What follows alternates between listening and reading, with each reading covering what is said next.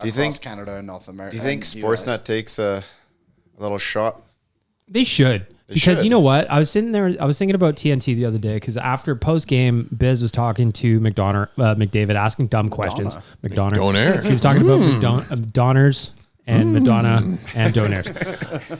But my thought was I went back to the playoffs when Colorado was here and TNT had that big thing set up right in the moss pit. Gretzky was sitting there. People are screaming at them. It was a vibe. And yet Sportsnet, they don't even give them a pregame show. Dude, like in between their analysis, the way that they break down the game and the plays, but they got the net out and they're joking. Actually, is really, really fucking good, and it makes Sportsnet look like pathetic. Yes, to be honest, it's terrible. They're just going through the motions. Is it's terrible. It's maybe like we should launch our own intermission show. I think that Sportsnet and the Canadian broadcasters can get comfortable.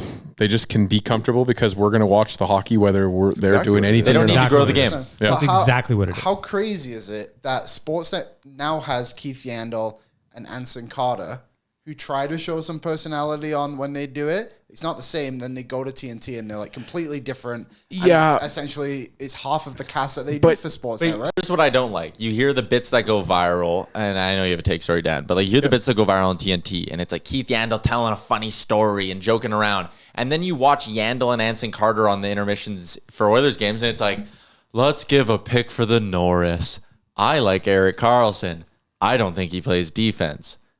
But that's Bet 365. That's set up by like the producer or something, isn't it? But it's exactly, yeah. But like they're being not muzzled, but like they're told let them have fun. Yeah, they're told to like follow this, don't do that. It's the personalities you put them across from. Tyler's exactly right. To me, but you have to allow them to have their personalities. But you put them across from Elliot Friedman and Elliot can be funny. Ron and Elliot's funny, and so is what's his face from Vancouver.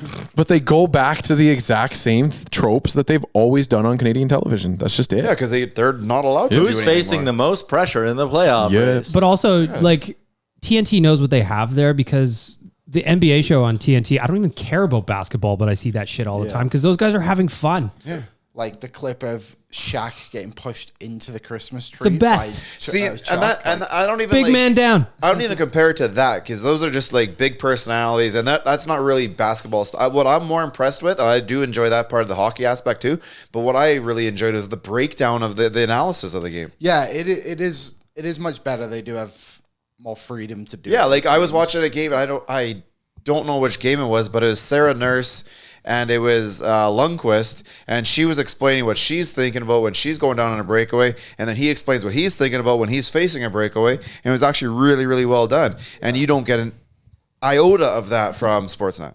Yeah, I do like the people that Sportsnet have when they do the games. Like I think Elliot does Elliot's have entertaining. I like Elliot, but he does bring a serious side to it too, and I think it kind of works. And like the guys who have it, like I know Kevin Bieksa, like people are mixed on him, but he does have a personality. Bieksa's really good. I think I like Bieksa a lot. Yeah, and then obviously Keith Yandel should be better on that show, but he's just got to be more entertaining. But like I think I can't remember you said, but off the top, like we're gonna watch either way. That game started at 8:52 the other night, and we all watched it. Tyler and I went to the damn game. Yeah, so I knew it didn't. I knew puck drop wasn't gonna be until after 8:50. So like I didn't get to the spot I parked, which is like a 10-minute walk away, until like 8:35, and there's no one walking in. It felt so weird. Smart. Then I went in and got my beer, and the person who serves at that bar was like, did you guys get a heads up that today's game was going to be a late start? And we were like, oh yeah. Like, because everyone was in their seats. Like usually there's people straggling in for the anthem and stuff, but like